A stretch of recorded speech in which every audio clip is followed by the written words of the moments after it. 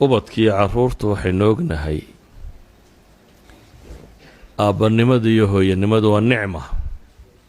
waa hiba min allahi subxaanahu wa tacaala yahabu liman yashaau inaatha wayahabu liman yashaau dhukuur aw yuzawijuhum dhukraana wa inaatha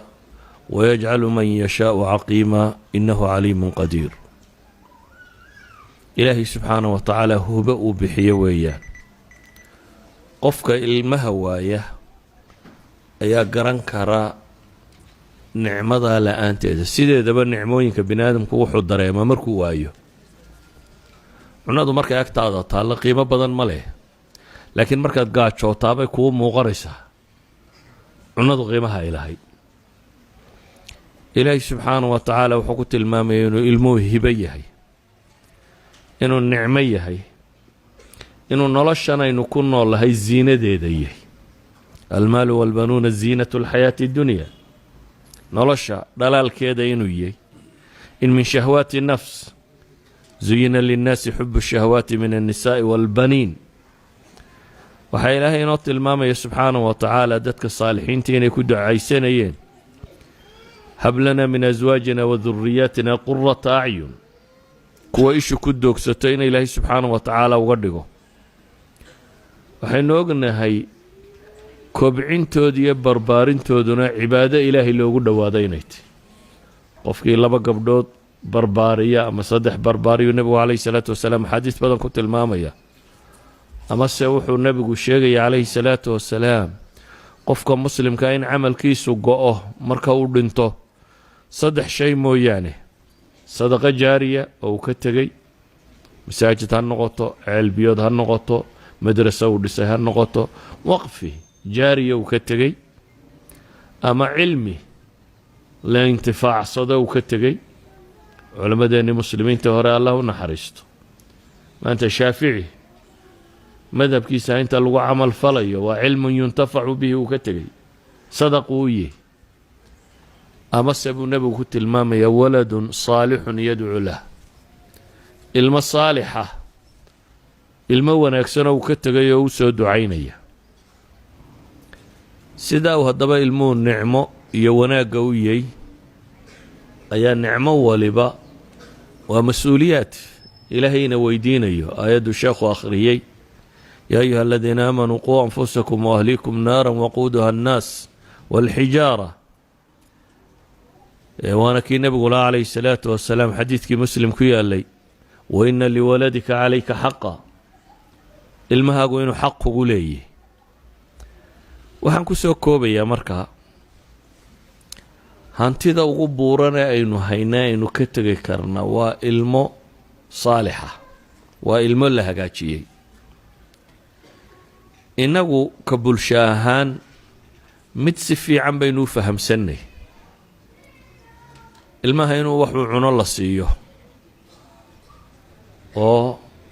uu ilmo xooggan oo naaxsan oo caafimaad qaba noqdo hadduu xanuunsado in la daweeyo oo dhakhtarka la geeyo oo loo dadaalo hadduu yar yahay in la tallaalo oo xanuunada mustaqbalka ee laga cabsanayo laga tallaalo waa feeding curing iyo vaccination taqdiya iyo tatciim iyo cilaaj haddaba waxaan leenahay intaasi jidhkay ku saabsantahe intaas oo nafsiya buu u baahan yahay ilmuhu sida haddii cunno aan fiicnayn loo siiyo uu u bukoonayo ayaa haddii suluukiyaad iyo afkaar iyo dhaqan iyo caqaa'id aan fiicnayn lagu ababiyo uu dhaqankiisu u bukoonaya yani waxaa bukoonaya waa maxay waa suluuggiisii iyo dhaqankiisii haddii waxa la siiyey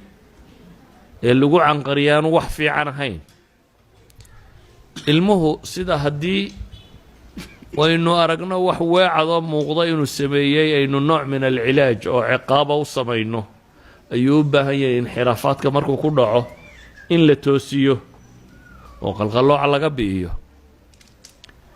sida uu ugu baahan yahay tatciim qofku marka uu ku nool yahay meel xanuunadu ku badan yihiin maalan dhakhaatiirta ama neersinka ama waxyaabahaasi meelaha xanuunadu faafa ay degan yihiin jooga marka hore iyagaa la tallaalaa waxaa loo tallaalayaa inaan xanuunkan ay daweynayaan iyagoo aanay qaadin dadku marka uu ku nool yahay meel culturally kala gedisan gaal iyo muslim iyo cid waliba degantay waa meelo khatara markaa multicultural meelo dhaqamo badan laga haysta markuu qofku degan yahay wuxuu u baahan yahay kow intuu yaryahay in si fiican loo tallaalo oo laga tallaalo xanuunada bulshadu qabto oo ay maxay ugu horeeyaan xanuunada caqadiga ah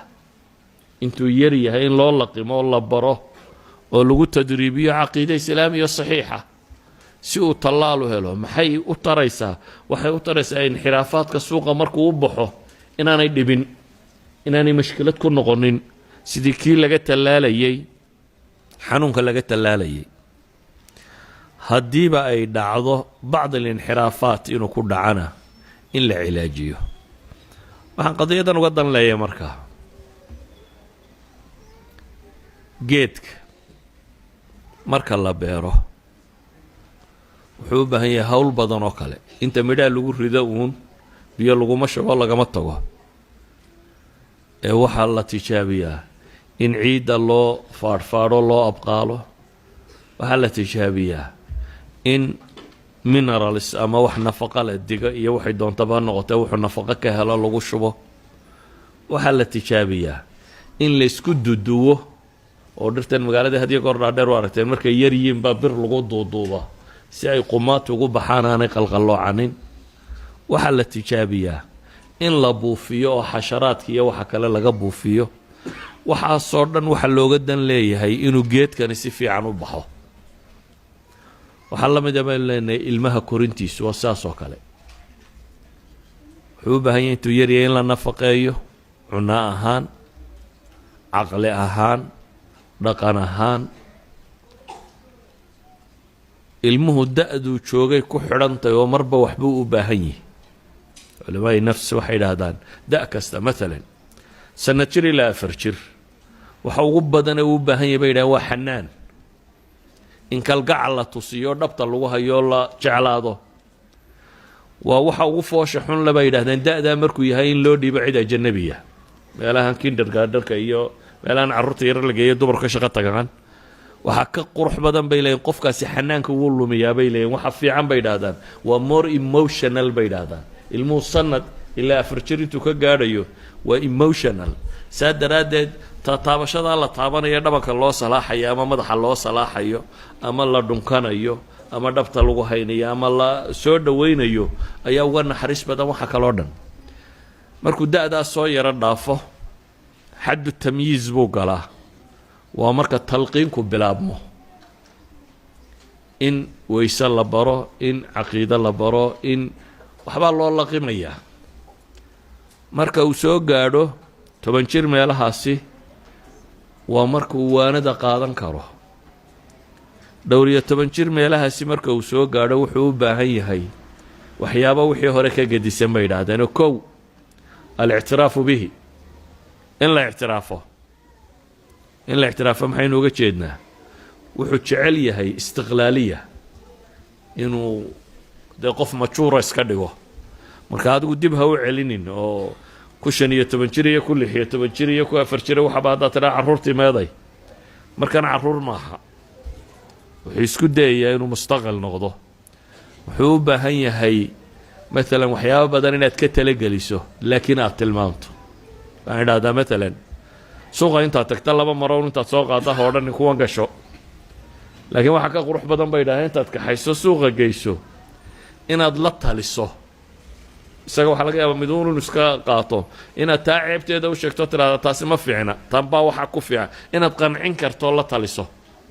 si uu u dooran karo waxa wanaagsan waayo waxaa loo train garaynaya qofkan inuu berri kaa tago inanta saad guriguunugu hayso in guursado maaha waa inay iyadoo caqliyan majuur noqotay wax gadan karta wax iibsan karta waa talin karta waa inay guri kala tagtaa saa daraaddeed hadday dhowr iyo 10 jir qofku uu soo gaadho waa in majuurnimo loo tababaraa bay yidhaahdaan markaa qofku inuu mustaqil noqon karo waa in loo tababaraa in la ictiraafo baahiyiis iyo wixiisa leega waa in loo tababaraa inuu mas-uuliyad qaado waa loo tababaraa oo dee ilaahay baa qur-aanka ku tilmaamaya ama sunnada nebiga calayh salatu slam ama diinta dhammaanteed qofku hadduu qaan gaadho amaam allahi inuu mas-uul yahay oo aakhiro isaga wax la weydiinayo laakiin haddaad adigu ula dhaqanto markaa qof qaangaadho ilaahay baa leeya waan xisaabinaya haddaad adigu cadamulmas-uuliya ula dhaqanto adaa gardaran da-daa markuu soo gaadho nin iyo gabadhkuu doonayaba ha noqdee waa inuu qof mas-uuliyad qaadi kara noqda wax lagu aamini karo wixii loo diro wixii uu soo qabanayo wixii shaqo loo dhiibayo waa inuu qof wax lagu aamini karo u gaadhi karaa laakiin haddaad ka dhigto wax meel iska fadhiyuuna wax walba loo qabto oo markuu baxayana kabaa loo sii xidhxidho dharkana inta loo kaaweydayo meel la ysugu saaro adaa xumaynaya qofka wuxuu u baahan yahay qofkan inuu shaqaysto markuu hadduu da-daa soo gaadho oo uu mas-uuliyadda qaado waxaan kusoo koobayaa markaa tarbiyadu waxay yidhaahdaan culammadu intay cilmi tahay waxaa ka badan bay dhahay intay fantay cilmiga inta badan waa nadari waa meel baa la fadhiistaa war baa la isku akhriyaa laakiin intay fantay fanku waa waxyaabaha tadriibka u baahan tusaale ahaan gaadhiga wadistiisu intuu cilmi yahay waxaa ka badan intuu fan yahay maalan haddii inta class lagu geeyo lagu yidhaha gaadhiga sida loo wadaa lagu baraya oo lagu yidhaahdo furaha lagu shidaa dabeetana hambareegaa laga saaraa geerkaa la geliyaa kaleeshkaa la taabtaa breegaa la qabtaa steerinkaa laga wadaa wakaase kaxee haddii lagu yidhaha ma kaxaynaysa intaa lagu sheego waa maya waa theoretical waa laga yaabaa qoladiina darawalnimada qaadata halkan imtixaan theory-a in laydinka qaado sheegaya qofku inuu fahamsan yahay waxa kan lagu tilmaamayo laakiin intaa darawal laguma noqdo darawal waxaa lagu noqdaa marka qofku uu sameeyo tababar badan saacado badan oo wadisa oo qalada oo dhicisa markuu sameeyo kadib uu darawal noqdaa waxay dhahdaan tarbiyadu waa fanni u baahan qofku inuu qaato trainingkaasi waagii hore aynu dhulka muslimka qura joognay ee reerku wada deganaa ee ayeeyooyinka iyo eedooyinka iyo habaryaruhu guriga joogeen ee adeera iyo abtiyaal hareerahaaga deganaayeen waxaad haysatay violating ama dad guidance-ka ku siiyo waaweyn oo kaa weyn laakiin dhulalkan galbeedka markii la yimi ama afrikada tan ama meel waxaa laga yaabaa inaad guri cidlaa degto eediya habaryar iyo ciditoona kuu dhaweyn idan waxaad u baahan tahay wax badan oo tababara inaad soo qaadato marka waxaan leeyahay hablaha iyo wiilasha yaryarna hadday guri kusii socdaan tababar ha la siiyo ilan goonay u baxayaano meel cidlaabay tegayaane tarbiyaduna waa waxaa u baahan barashadee ha la ysku dayo